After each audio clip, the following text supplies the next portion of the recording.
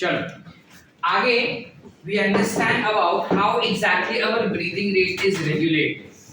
अगर हम चाहे तो क्या मैं consistently ऑक्सीजन अंदर ले सकता हूँ? At some point my body will say बस बस बस and it will go out. Can I continuously exhale? No. At some point my body will say बस बस बस. देखो जबरदस्ती हम सांस रोक के रख सकते हैं बट फॉरएवर के लिए नहीं. Meaning there is something in our body which is regulating this breathing rates. Yes or no? Yes. What is that? So we have something called as neurons which help us in doing that. ठीक है? Actually breathing का या respiration का जो regulation होता है वो दो लेवल पे होता है. एक nervous level पे यानी न्यूरॉन लेवल पे और एक केमिकल लेवल पे. We'll understand about nervous first and then go for chemical. ठीक है? जब हम nervous का बात करते हैं बेटा हमारे बॉडी में there are three types of nervous system. Actually, two types of nervous system that we have.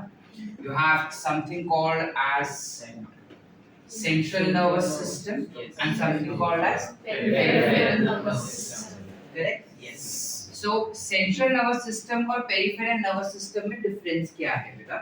Central nervous system जो होता है it is composed of brain, and spinal cord. ठीक है, ये ब्रेन और स्पाइनल कॉर्ड से बनाया जाता है.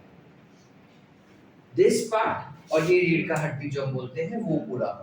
ठीक है, उनमें से निकलने वाले जो भी न्यूरॉन्स होते हैं जो पूरे बॉडी में जाते हैं. देखो नर्वस सिस्टम तो यहाँ से लेके यहाँ तक ही है ना. यहाँ पर अपना स्पाइनल कॉर्ड विल टर्मिनेट. तो पैर में भी न्यूरॉन्स है, स्टमक में भी न्यूरॉन्स है, लिवर पे भी न्यूरॉन्स है, मेरे हाथ पे भी न्यूरॉन्स है. तो इन सब रीजन पे जो न्यूरॉन्स आते हैं वो ब्रेन और स्पाइनल कॉर्ड से आता है. यस और यस. तो ब्रेन और स्पाइनल कॉर्ड से जो न्यूरॉन्स बाहर निकलते हैं वो मिलके बनाएंगे पेरिफेरल नर्वस सिस्टम. सो दोनों एक दूसरे के साथ कोऑर्डिनेट करके ही काम करते हैं. So this is composed of neurons arising from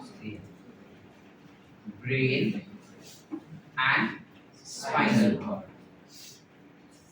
ठीक है, when I say this composed of brain and spinal cord meaning of course it will have neurons also because brain itself is composed of neurons. ठीक है यहाँ तक बेटा. तो पहले we would try to understand this system correctly.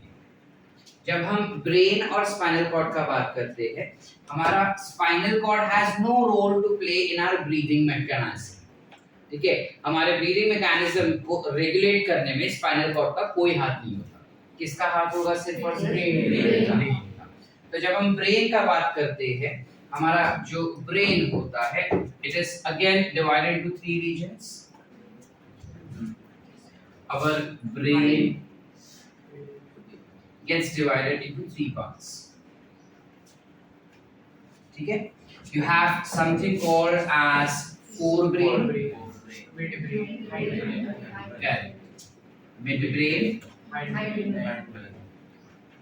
and hindbrain. Forebrain and midbrain as such कोई role play नहीं करता. It is hindbrain which plays a very important role. Hindbrain is furthermore having three regions in it. तीन region होते हैं उसके पास. It has something called as pons varoli. It has something called as medulla oblongata, and it has cerebellum. ठीक है, ये तीन चीजें हमारे ब्रेन में रहती है. Hindbrain. Forebrain will have cerebrum present in it along with rest of the structures as well. Midbrain will have corpora quadrigemina, ठीक है, and one more substance, but then we are not interested in understanding those two right now. जब हम nervous का chapter पढ़ेंगे तब ये detail में देखेंगे. अभी के लिए हमें सिर्फ hindbrain चाहिए because that is what is responsible for regulating it. ठीक है, अब hindbrain में जब हम जाएंगे तो कैसा दिखता है? This is your forebrain. जो कुछ ऐसा दिखता है. उसी फोर ब्रेन के अंदर ना कुछ मिड ब्रेन ऐसे लगा हुआ रहता है. ठीक है, आधा अंदर डसा हुआ है, हम आधा ही बाहर निकाल रहे हैं। इससे अराइज होके एक स्ट्रक्चर बाहर निकलता है कुछ ऐसे। इस वक्त हमने बंदे को ऐसे खड़ा किया होगा, एक स्ट्रक्चर बाहर निकलता है कुछ ऐसे। This particular structure is called as pons veloli, जिससे you have another structure arising long like this, which is called as medulla oblongata. And इनके पीछे यहाँ पर इस रीजन पे somewhat like this you will have cerebellum. ठीक है, कुछ इस प्रकार, एग्जैक्ट ऐसा नहीं होता, ये रनिंग डायग्राम बनाया है हमने, ठीक है, ऐसा नहीं होता, बट कुछ इस प्रकार हमारा ब्रेन ऑर्गेनाइज्ड होता है। तो ऊपर वाले पार्ट का हमें कुछ लेना देना ही नहीं है, तो उसको हम मिटा देंगे। इस वक्त है, इस चैप्टर में कुछ लेना देना नहीं है। हाँ, so this we have remove, forebrain और मिड ब्रेन हट गया। हाइंड ब्रेन में भी सेरिबेलम का मुझे कोई जरूरत ही नहीं है for respiration, so I remove this as well. ठीक है बेटा, अब क्या बच गया? Pons and medulla. बस ये दो ही चीज हमको चाहिए बेटा, और कुछ नहीं चाहिए। ठीक है, ये दो ही चीज चाहिए हमको, और कुछ नहीं चाहिए। अब इस रीजन में जब हम मेडुला का बात करते हैं, मेडुला वाले रीजन में जो न्यूरॉन्स होते हैं उसके कुछ गुच्छे होते हैं। There are groups of neurons that are present over there. ठीक है, have you heard about something like ganglion? Yes, Animalia में कर चुके हैं। हाँ, जब गैंग्लियंस सेंट्रल नर्वस सिस्टम में रहते हैं तब उन गैंग्लियन को यू कॉल्ड एज न्यूक्लियाई। क्या कहेंगे बेटा? Nuclei. So there are multiple small nuclei like this which are present within your medulla. बहुत सारे ऐसे छोटे छोटे रहेंगे, और इन न्यूक्लियाई को हम सेंटर घोषित कर देते हैं। We declare it to be as centres. ठीक है, तो हमारा हार्ट रेट को रेगुलेट करना, हमारे ब्रीदिंग रेट को रेगुलेट करना, ठीक है, फिर सारी गंदी चीजें, हमारे involuntary actions which are very bad in our body, like for example vomiting, sneezing, coughing, hiccups. Hiccup समझता है? ये सारे गंदे गंदे जो चीजें हो रही है बॉडी में, ठीक है, छींकना वगैरह, वो सब यही रेगुलेट करता है। सब कुछ ये रेगुलेट करता है, बॉडी का टेम्परेचर वगैरह सब ये, बुखार आना जाना सब ये देखता है। ठीक है, इसलिए बोलते हैं ना छोटा मेंदूवर मारायचं नाही, वो ये है। ठीक है, क्लियर है? इनमें से हमें कोई भी सेंटर का समझने का जरूरत नहीं है except for one right now, which is respiratory rhythm centre. प्यार से आरआरसीबी कहते हैं। हमारे पास होता है something called as respiratory rhythm centre, ठीक है, which is present in medulla oblongata. ये पार्ट होगा बेटा। ठीक है, अब ये जो रेस्पिरेटरी रिदम सेंटर है, ऑब्वियसली वहां से न्यूरॉन्स बाहर निकल रहे हैं, correct? You have different neurons that are arising from it. अब ये न्यूरॉन्स कहाँ जाके अटकते हैं? So जब हम इन न्यूरॉन्स का बात करते हैं, ये जाते हैं हमारे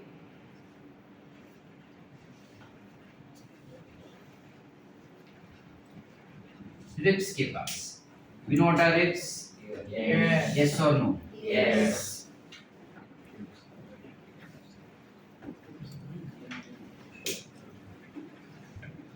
हमारे रिब्स के बीच में we are aware that it has something called as intercostal muscles which are existing. Yes or no? अब एक न्यूरॉन जो होता है that tends to go to diaphragm. Is it visible to last bench? It goes to diaphragm. ठीक है, और एक neuron जो होता है that goes to your intercostal muscles. आगे क्लियर बेटा? अब रेस्पिरेटरी रिदम सेंटर ना हमेशा कॉन्ट्रैक्शन का सिग्नल देते जाता है। ठीक है, वो हमेशा इन मसल्स को बोलेगा कि तुम कॉन्ट्रैक्ट हो जाओ। तो जब ये मसल्स कॉन्ट्रैक्ट हो जाएंगे तो क्या पॉसिबिलिटी है? if I have my diaphragm and I'm asking my diaphragm to contract, तो ऐसे होगा या और ऊपर जाएगा? Correct? Then I'm asking my ribs के अंदर के intercostal muscles to contract. ये contract होगा तो क्या होगा? बाहर जाएगा या अंदर? बाहर. So meaning what is happening? The chest cavity, that is thoracic volume, is increasing. So what will happen? Under the pressure will become negative. बाहर क्या होगा? Positive. हवा. And this process is called as inspiration. Simple. Yes. Did we understand? Yes. Any doubts? No. लेकिन respiratory rhythm centre को जब ये contraction वाला messages मिल रहा है तो कोई बोलना चाहिए कि भाई बस बस बस और नहीं. Someone has to be there. ठीक है. तो इसके लिए हमारे पास पॉइंट्स में एक पर्टिकुलर सेंटर होता है. This centre is called as pneumo. Pneumo म्हणजे लंग्स. टैक्सिक निमोनिया सुने ना. So pneumo taxic centre. ठीक है. Pneumotaxic centre passes a negative message to your respiratory rhythm center. मतलब वो बोलेगा कि मत तो कॉन्ट्रैक्ट मत हो जाओ. Don't contract. ठीक है. और उसी के मैसेज को ऑपोज करने के लिए एग्जैक्टली उसके ऑपोजिट एक और सेंटर होता है which is called as apneustic center. This is not given in your NCERT. ये वाले सेंटर के बारे में. apneustic center जो है वो रेस्पिरेटरी रिदम को एक्टिवेट कराएगा कि तू सांसें ले, और ये बोलते हैं कि तू सांसें मत ले. समझ पा रहे कि नहीं समझ पा रहे? तो सिनेरियो कैसे हो जाएगा बेटा? You will have a message which will be passed by apneustic center to, चलो लिख ही लेते हैं. You will have apneustic center which is passing a message to your respiratory rhythm center. ठीक है. Of what? Contraction.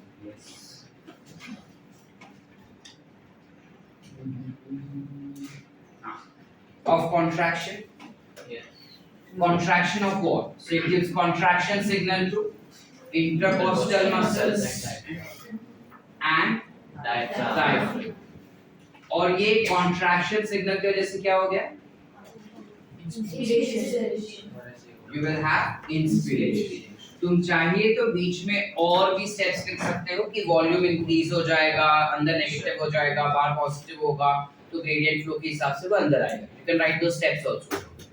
आप clear? Yes. Apneustic center ने ये कर दिया. जबकि जो pneumotaxic center, what is pneumotaxic center doing here? It is giving us negative signal, meaning it will ask RRC to send relaxation. Correct? Relaxation का signal. That is the reason that intercostal muscles, the signal is passed to intercostal muscles and diaphragm. जिस वजह से there will be expiration that will be suffered. Are we clear बेटा? Yes. Yes or no? Yes. यहाँ तक समझे हम? कोई doubt है? पक्की बात. ठीक है. तो इस हिसाब से क्या हो जाएगा? पहले हमारा बॉडी जो है वो कॉन्ट्रैक्शन का सिग्नल ले रहा था फॉर समवेयर अराउंड 2 सेकंड्स. ठीक है. This signal was taken up by contraction का सिग्नल किसने लिया? आरआरसी ने लिया ना. और आरआरसी से इनको से है. ठीक है. सारे सिग्नल्स आरआरसी से जाएंगे because it is the respiratory rhythm centre. समझ पा रहे? जैसे अगर तुमको किसी के भी कोई भी प्रॉब्लम रहेगा यहाँ पे एनवायरनमेंट में, पीएसए में कोई भी प्रॉब्लम है, you will immediately go and talk to Parth sir ये ऐसा ऐसा है करके देखो ना क्या कर सकते हैं. Yes or no? Is he responsible for doing that? You will ask rest of the people to act accordingly. Yes or no? Yes. कि चलो रूम क्लीन नहीं है, एसी बहुत ज्यादा है, बेंच क्लीन नहीं है. Will Parth sir do all that? No. He will ask the concerned person कि भाई चेक कर लो ये ऐसा होना चाहिए. Yes or no? Yes. कि नोट्स नहीं मिले हैं, नोट्स फट गया, नोट्स गंदा है, whatever.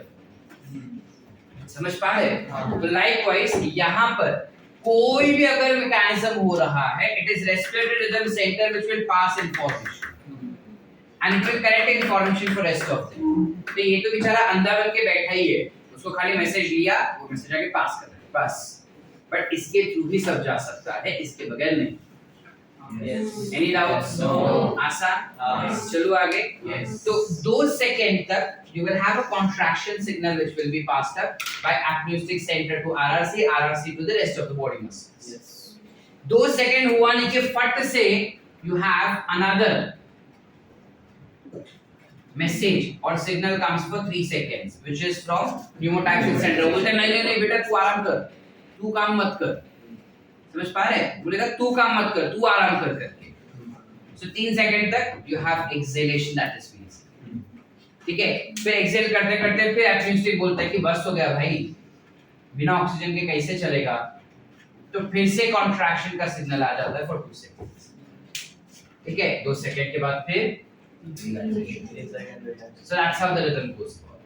so you all can imagine one breathing cycle is for how long? 5 seconds। 5 second on an average बता रहे हैं। हाँ हम 5 सेकेंड्स का होता है एक ब्रीदिंग साइकिल। तो 1 मिनट में कितने ब्रीदिंग साइकिल्स हो जाएंगे ऐसे? 12। इसलिए हम लिखते हैं 12 to 16 breath per minute. Understood बेटा? Yes. Any doubt so far? तो सर 16 कब होगा? Remember I told you that there are athletes which tends to regulate their breathing mechanism, so they tend to increase this breathing ratios. Sort है? Yes. Any doubts? No. इतना लिखे पहले? हां चलो।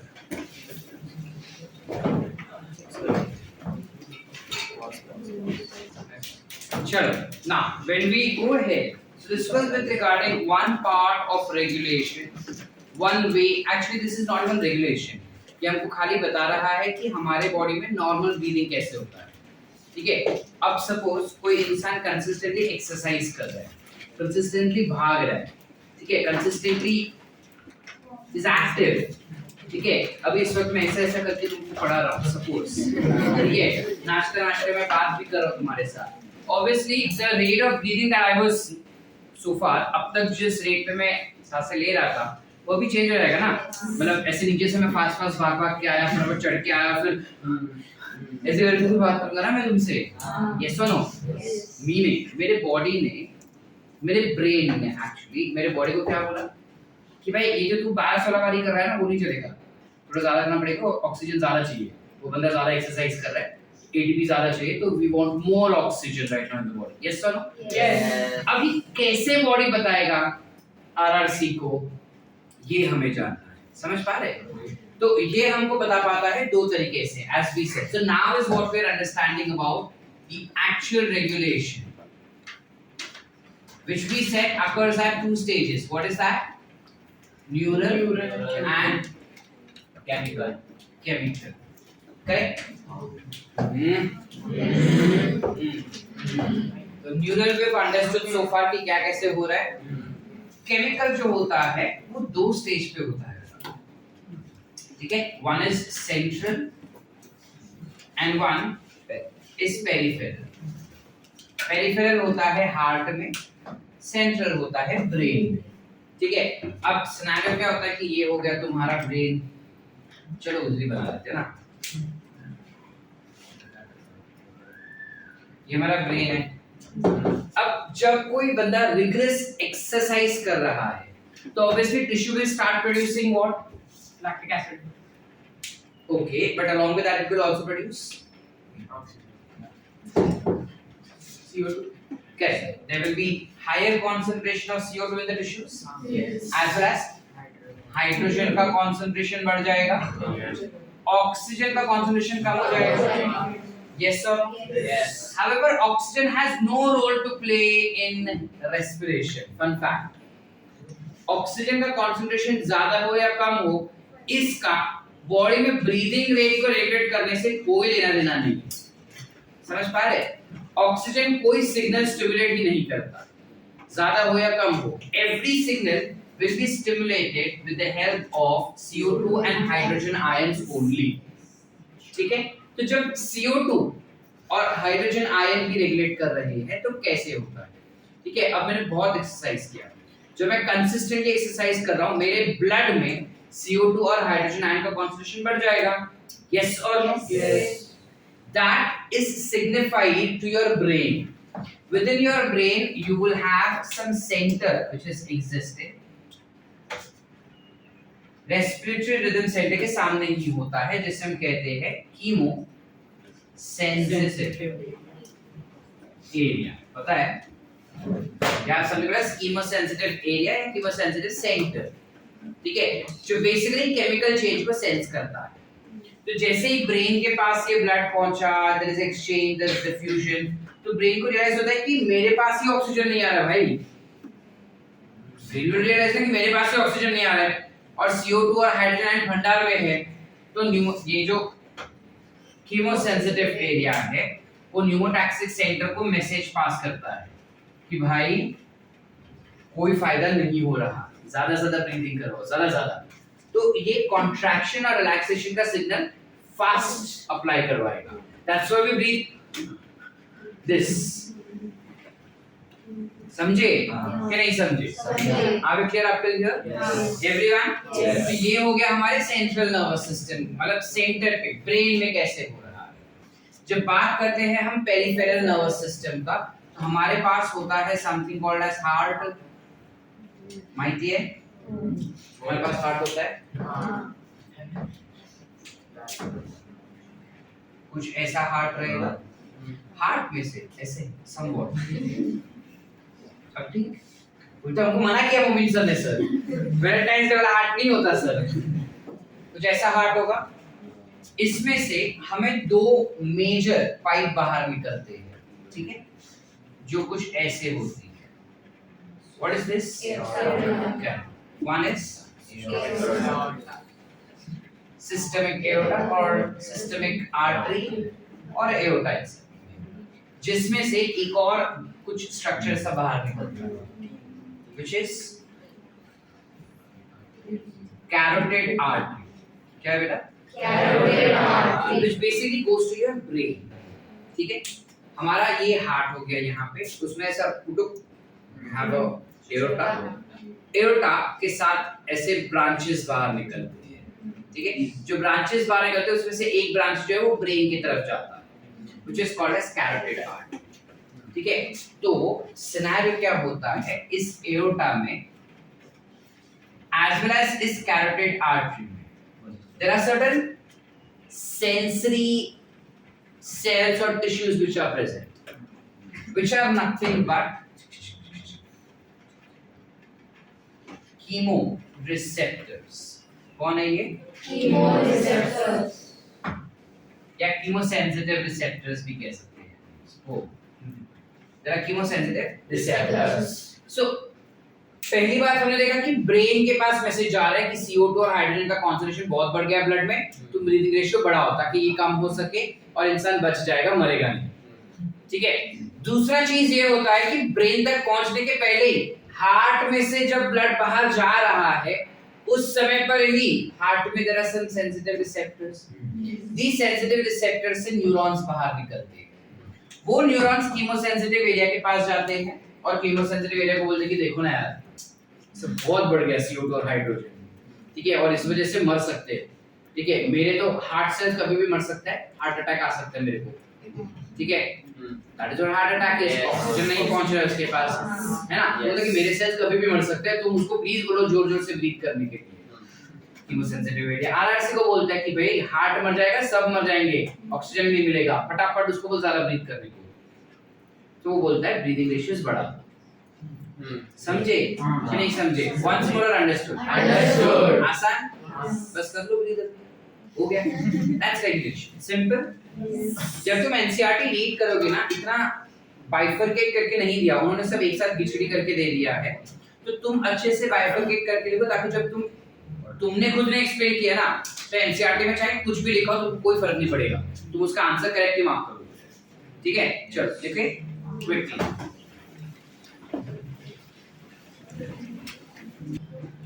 When we talk about different types of abnormalities that we see in our body with regarding respiration,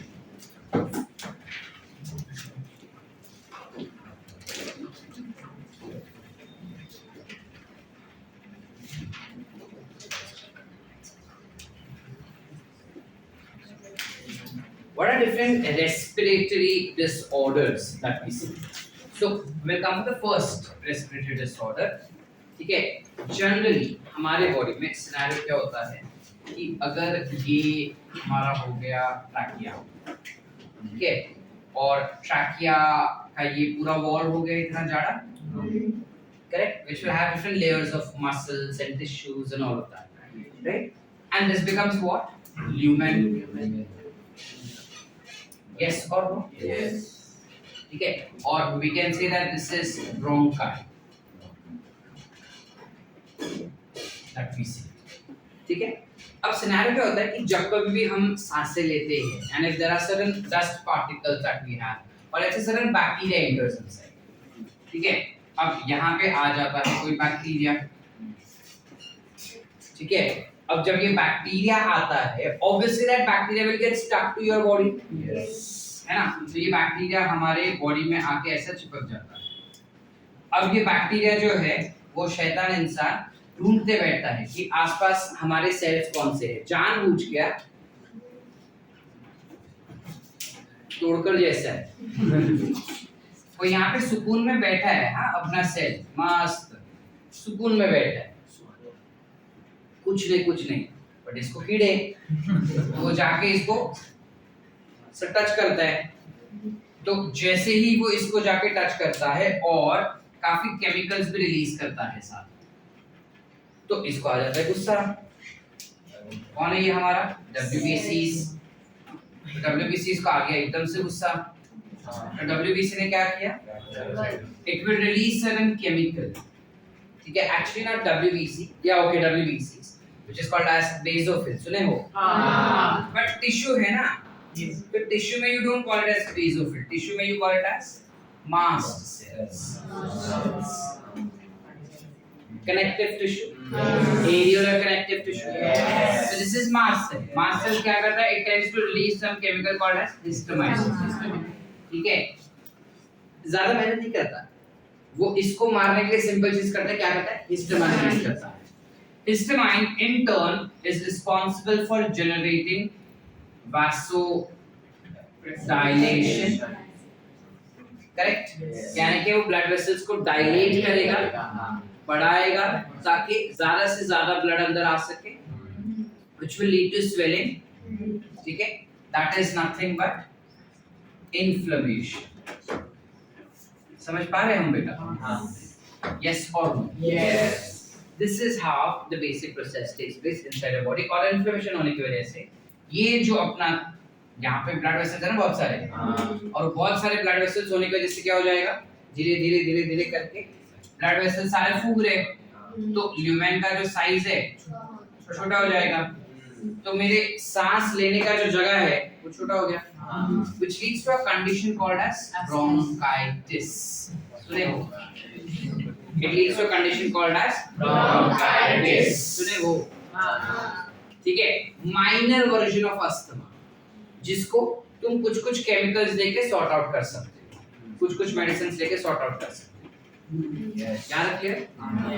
asthma में क्या होता है, pretty much similar case only, but asthma में you have certain allergic dust particles that takes into, कोई allergic dust particles अंदर आ जाते हैं, let's say you have pollen grains, तेरे को तो पहले एलर्जी हो गया, let's say you have pollen grains which have entered inside, तो जब ये pollen grain अंदर आता है हमारे बॉडी में, it tends to get deposited on the walls, ठीक है, अब ये बेचारा कोई केमिकल तो रिलीज नहीं कर सकता, ये खाली है वहीं पे। किसी इंसान के बॉडी बहुत ही ज्यादा सेंसिटिव होती है, किसी इंसान की बॉडी बहुत ही ज्यादा सेंसिटिव होती है, जिस वजह से जैसे ही ऐसे कोई एलर्जेनिक पार्टिकल या फिर डस्ट पार्टिकल्स बॉडी में आ जाते हैं, तो उसके बॉडी में IgE gets secreted at a very high rate. What is IgE? हमारा जो WBCs होता है उनमें एक WBCs है which are called as B cells, पढ़े हैं तुम?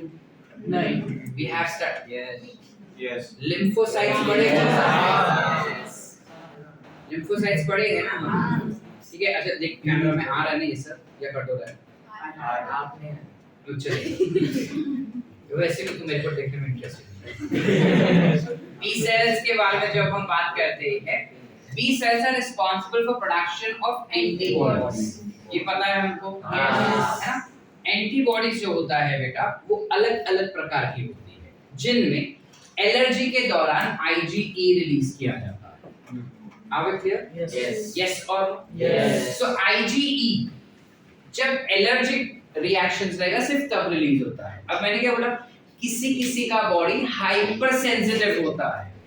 टर्म याद रखना, हाइपर सेंसिटिव होता है। हाइपर सेंसिटिव यानी थोड़े से इसमें वो फटफट रिएक्शन देने लगता है, थोड़ा कुछ खाया फटफट रिएक्शन देने लगता है। दैट मींस उसके बॉडी में IgE level is very very high. IgE level is very very high and that's why उसकी बॉडी में एनर्जी रिएक्शन बहुत फास्ट हो जाता है। तो जैसे ही पोलन ग्रेन्स अंदर आ गया, IgE रिलीज हो गया। अब ये IgE इस पोलन ग्रेन को जा जाके चिपक जाता है। जैसे ये IgE पोलन ग्रेन को जा जाके चिपक रहा है, ये IgE ना जा जाके सबको बता रहा है, ये भाई पोलन आया, ये भाई पोलन आया, ये भाई पोलन आया। अब ये देखिए जो शांत जैसा बैठा हुआ था, ठीक है, अब वो लेजीनेस से क्या बोला, हाँ ठीक है तो हिस्टामाइन ले लेना भाई, ठीक है। अब क्योंकि जरा सी बात थी जो आईजीई ने चिल्ला चिल्ला के बताई सबको, तो इसको लगा सीरियस होगा मामला, तो उसने क्या किया, हिस्टामाइन ज्यादा क्वांटिटी में सिक्रेट कर दिया। तो बाय डिफॉल्ट मुझे क्या मिला, इन्फ्लेमेशन, इस वजह से we should get a higher ratio। तो यहाँ पे भी हो तो रहा है सेम चीज ही, which is what, जो ल्यूमेन रहेगा उसका साइज वो छोटा हो जाता है, बट वो छोटा लंबे समय तक रहेगा because the reaction is very high and the condition will thus be classified as can I cure this? Curing this might not be very easier task, but can I treat this? Yes. We can treat this. How can I treat that? There are two methods for doing that. कुछ ऐसे drugs होते हैं, अब drugs माने वाले drugs नहीं, drugs माने medicinal drugs पे डॉक्टर। तो कुछ मेडिसिनल ड्रग्स होते हैं जो इस हिस्टामाइन के अगेंस्ट बनाए गए हैं, जिसे हम कहते हैं एंटी हिस्टामाइन। तो वो क्या करता है, इस हिस्टामाइन को इनहिबिट कर देगा। How will it inhibit this histamine? This histamine tends to bind at certain cells। तो जहां पे वो सेल्स को बाइंड करता है ना, समझ पा रहे हैं, हिस्टामाइन सेल्स के ऊपर जहां पे बाइंड करता है, वहां पे हिस्टामाइन की जगह पे ये ड्रग बाइंड कर देता है। और अगर ये ड्रग बाइंड कर लिया तो हिस्टामाइन बाइंड ही नहीं हो पा रहा। यस और नो? तो will histamine be able to generate any kind of, समझ पा रहे हैं? So there is no inflammatory reaction that is happening। Any doubts? No। करते हैं? एक वो होता है। दूसरा, ये जो IgE प्रोडक्शन होता है ना, उसको हम चुप करवा देते हैं by applying different steroidal drugs। तुमको पता होगा कि जो लोग को अस्थमा होता है वो एक पंप लेते हैं, ठीक है, तो वो जो पंप लेते हैं अस्थमा के लिए, उसके अंदर स्टेरॉइड ड्रग्स होते हैं बेटा, steroid derived drugs, which basically is responsible for bringing down this inflammation। Again by same method, IgE को बंद करवा देता है वो, और हिस्टामाइन को भी बंद करवा देता है। तो इन्फ्लेमेशन अपने आप नीचे आ जाता है, तो जो ल्यूमेन होता है वो खुल जाता है। समझे कि नहीं समझे? क्लियर है यहाँ तक? So that's with regarding asthma and bronchitis। So bronchitis is the lower level का infection which ultimately develops to asthma। ठीक है, दूसरा चलो ये इतना लिखो पहले, दूसरा ब्रेक हो जाएगा फिर।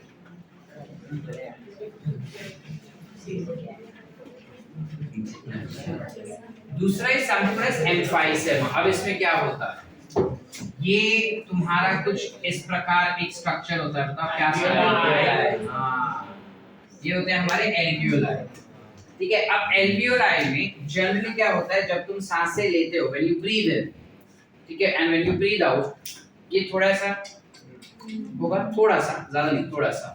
अब इसमें सिनेरियो क्या होता है, इसके जो वॉल्स होते हैं ना वो काफी थिक होते हैं बेटा, ऐसे, ताकि जब एक्सपैंडिंग हो जाए, जब ये एक्सपैंड हो ना, तब अच्छे से एक्सपैंड हो, इसका इलास्टिसिटी बेसिकली बरकरार रहे। Do you understand method elasticity? Yes. Assuming that physics में तुम पढ़ चुके हो ये कॉन्सेप्ट। हाँ या ना? हाँ। तो इलास्टिसिटी इज व्हाट कि जहाँ पे अगर मैं किसी का स्ट्रेच भी करना तो टूटेगा नहीं बेटा, और फोर्स छोड़ने पे वो वापस रेगुलर शेप पे भी आ जाता है।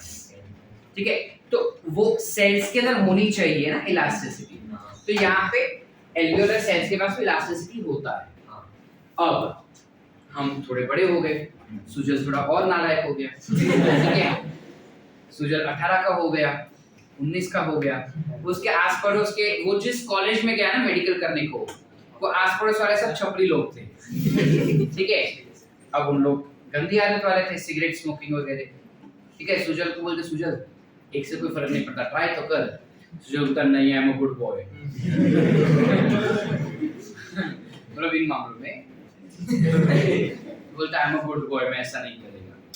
अब एक बारी मना किया, 2 बारी मना किया, जब 10 बारी बोलेगा, एक बारी तो बोलेगा आंचल दे। कभी तो मूड उसका खराब होगा ना, जब उसको ऐसा किसी ने बहुत टॉर्चर किया है, या गर्लफ्रेंड छोड़ के चली गई, या घर वालों ने पैसे नहीं भेजे हैं तो बाहर जा नहीं पा रहा है, कुछ खरीद नहीं पा रहा है, या मार्क्स नहीं आ रहे, या कुछ समझ ही नहीं आ रहा है। ठीक है, जो पढ़ा रहा है, ठीक है ना, फ्रस्ट्रेशन में बोला हाँ चल दे चल। अब उसको मजा आने लगा, अब वो कंटिन्यूअस होने लगा। प्रॉब्लम ये है कि उसका बॉडी ऑलरेडी बहुत सेंसिटिव है, जो दिख रहा है आपको। ठीक है, so what happens is when a person is continuously smoking, जब कोई बंदा continuously smoke करता है, तब ये जो वॉल्स होते हैं ना बेटा, ये डिग्रेड होना शुरू हो जाता है। जब ये वॉल डिग्रेड होना शुरू हो जाता है, तब उस समय पे एल्वियोलाई को भी उसका प्रॉपर सरफेस एरिया नहीं मिलेगा। सो जो ये पूरा एल्वियोलाई होता है ना बेटा, वही एकदम ऐसा ढीला हो जाता है। समझ पा रहे हैं? और इसके साथ साथ जो वॉल्स का थिकनेस होना चाहिए वो भी काफी पतला हो जाता है। So in short, if I have to make you understand the breathing mechanism, और ब्रीदिंग रेट नहीं बोलेंगे, but the efficiency of breathing is lost. Alveolar cells deteriorate होते जाते हैं, टूटते जाते हैं, पतला पतला होते जाता है, तो हम ढंग से सांसें नहीं ले पाते, और एक समय ऐसा आएगा जहां पे हमारा लंग फेलियर की वजह से इंसान मर जाता है। तो लंग फेलियर या ये एल्वियोलाई के जो सेल्स है वैसा टूट जाते हैं या पतले हो जाते हैं, उसका thickness is called as emphysema. Can I treat this? You can treat this, you can stop this. Revive होने में टाइम लगेगा, but you can stop this and treat this as well, अगर अर्लियर स्टेज पे पता चला तो। ठीक है, संकेत कितना भी बोले मना कर। क्लियर है बेटा? Any doubts? इतना लिखे या चलो आगे? मजा आ रहा है सर? चलो नेक्स्ट है, फिर ब्रेक लेट जाएगा तुम्हारा। अभी लास्ट ही है, 2 तो हो गए, 1 ही बाकी है। चलो नेक्स्ट इज बस टू ब्रेक। occupational ORD, ठीक है, तुम फुल फॉर्म लिख लेना। चलो लिख लेता मैं, क्या याद रखो, बहुत चिपक रहे बहुत।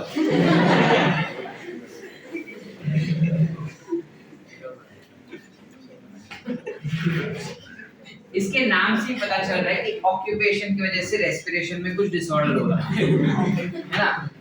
इस ऑक्यूपेशन की वजह से कैसा हो सकता है ना सुजन? अगर कोई बैंक में काम कर रहा है, पैसा ज्यादा मिल रहा है, तो उसको सांसें लेने में क्यों तकलीफ होती है सर? क्यों ना? खुशी की वजह से। मैं इसलिए बोला कि उसका बॉडी बहुत वीक है, खुशी में उसको रेस्पिरेशन में प्रॉब्लम हो रहा है। ठीक है, सो बेसिकली क्या होता है, काफी बार अलग अलग इंडस्ट्रीज होते हैं बेटा, जैसे कोई ऐसे लोग रहते हैं जो कोल माइनिंग में काम करते हैं, कोई ऐसे रहता है जो मजदूर है, तो वो सीमेंट ईंट रेती इधर से उधर लेके जाने वाला, या सीमेंट ईंट से काम करने वाला। तो जब कोई इंसान इस तरीके के काम में कंसिस्टेंटली इन्वॉल्व रहता है, तो ऑब्वियसली उसके पार्टिकल्स हमारे बॉडी में जाएंगे, रेस्पिरेशन में जाएंगे। तब क्या होता है, तब अगर ये हमारा कुछ ऐसे ब्रोंकाई है, ये ऐसे ब्रोंक्यूल हो गया है, ये ऐसे कुछ ब्रोंक्यूल हो गए हमारे, ठीक है। तो सिनेरियो क्या होता है कि वो जो पार्टिकल्स होते हैं ना बेटा, वो पार्टिकल्स आके इधर ऐसे चिपक जाता है, जैसे डिपॉजिट हो गया। अब जब वो इधर डिपॉजिट हो जाता है ना, तो सेना के लिए ऐसा रेडी रहता है हमारा एक सेल, जिसे हम कहते हैं क्या, very good, you have something called as WBC which is standing here, ठीक है। यहाँ पे कोई भी पार्टिकल आके चिपक सकता है, ठीक है, ORD वाले पार्टिकल्स, ठीक है। अब क्वेश्चन है सर ORD वाले पार्टिकल्स क्या क्या हो सकते हैं? You have an example of these particles like something called as silica, सुने हो? Something called as asbestos, ठीक है, soil particles, etc. ठीक है बेटा। ये सारे अलग अलग केमिकल्स ना बॉडी के अंदर जा रहे हैं बार बार और रेस्पिरेटरी साइट्स पे जाके चिपक जाते हैं। तो रेस्पिरेटरी साइट पे जाके चिपक गए तो हमारा WBC उधर जाता है और उसको उठा के बाहर फेंक देता है, ठीक है। फिर आके उधर बैठता है तो WBC उधर जोड़ रहे हैं, उठा के बाहर फेंक रहे हैं। अब प्रॉब्लम क्या हो रहा है कि WBC उधर आके उठा के उसको फेंकना चाहते हैं, वो उठा के फेंक रहे हैं, बट बाय द टाइम वो उसको उठाए बाहर जाए तब तक दूसरा जाता है, तो और RBC और WBC आ जाएंगे उधर। फिर वो उनको उठा के फेंक रहे तो और आ गए, फिर वो उठा के फेंक रहे तो और आ गए, तो WBC उधर भाड़ में गया, नहीं सुधरे तो मैं क्या करूं? तो ऐसा करते करते करते करते धीरे धीरे क्या हो जाता है बेटा, you have a very thick tissue, इस पर्टिकुलर रीजन पे एक टिश्यू ही बन जाता है जिसके अंदर ये WBC वगैरह और ये सब सिलिका वगैरह पार्टिकल्स भी है साथ में, समझ पा रहे? और ये सारे टिश्यूज ऐसा बीच बीच में आ जाता है कुछ ऐसा, जिस वजह से ब्रीदिंग का जो ल्यूमेन है वो छोटा हो गया, प्लस इन टिश्यूज को हम क्या कहते हैं, we call it as fibrosis. इस कंडीशन को we call it as fibrosis. Why? Because these are fibrous tissue. Fibrous tissue क्या होता है? कोलेजन फाइबर्स वगैरह, ठीक है। तो एक्चुअली सीन क्या होता है कि ये सब गंदा गंदा है ना उधर चिपका हुआ, तो फाइब्रस टिश्यू ऐसे उस पर डाल देते हैं ताकि लोगों को दिखाई ना दे कि क्या हो रहा है, बट वो डालते ही और सिलिका आ गया और एस्बेस्टोस आ गया और उस पे चिपक गया और WBCs आए और हमने टिश्यू डाल दिए, समझ पा रहे? ऐसे होता ना, जब अगर बिल्डिंग अंडर कंस्ट्रक्शन रहेगा तो वो बिल्डिंग को ऐसा बांबू बना के फिर उस पे कपड़ा डाल देते हैं ना ताकि लोगों को दिखाई ना दे कि अंदर चल क्या रहा है। कुछ वैसा होता है हमारे रेस्पिरेटरी ट्रैक्ट में, ठीक है। तो इस टिश्यू को हम कहते हैं fibroid tissue, and the conditions that is developed because of that deposition is fibrosis. So when respiratory tract में फाइब्रोसिस हो जाते हैं because of deposition of some unwanted particles, and those particles are entering in your body due to your occupation, you are as occupational respiratory disorder. Can I treat this sir? Surgically हम treat कर सकते हैं, drugs से हम treat कर सकते हैं, but process को थोड़ा time लगता है, ठीक है। और क्या अगर ऐसा हुआ, समझ पाए यहाँ तक? अब क्वेश्चन इसका अगर ऐसा हो रहा है तो सर जो लोग ईट रेती ट्रैवल करवा रहे हैं, सीमेंट में ऐसा बार बार मिक्सिंग करते हैं, सीमेंट तो उड़ेगा ही सर, वो तो बार बार बीमार पड़ने चाहिए और उनको तो रेस्पिरेशन इश्यूज होना ही चाहिए सर। ऐसा नहीं होता बेटा। This disease occurs only for those individual who is into that particular or who is exposed to this kind of particles consistently for 10 to 15 years. 10-15 साल तक जब कंटिन्यूअसली वो इन पार्टिकल से एक्सपोज्ड रहेगा तब होता है। इट्स अ स्लो प्रोसेस, उतना फास्ट नहीं होता, ठीक है। हम में से काफी लोग ऐसे होते होंगे ना जिनको मिट्टी से एलर्जी है, धूल से एलर्जी है, डस्ट से एलर्जी होता है। So it's a very minor thing that we see, those allergies are included over here. जो इनिशियल लेवल पे सबको होता ही है, काफी लोगों को ना सीमेंट उड़ता है तो वो भी नहीं जमता, उससे उनको रेस्पिरेटरी अबनॉर्मलिटीज हो जाता है, तो उनको माइनर लेवल पे ORD होता है, minor level which can be steroid वगैरह ड्रग्स देके यू कैन क्योर देम, ठीक है। बट मेजर लेवल पे जहां बहुत ज्यादा तकलीफ होता है सांस लेने में, that is this particular case जहां पे 10-15 साल तक वो एक्सपोज रहना चाहिए। Any doubts? No. All clear? Yes. With this we end with your chapter completely. Any doubts beta? No, sir. तुझे क्या लगा तू अंगड़ा ले रहा है वो देखना मुझे पसंद है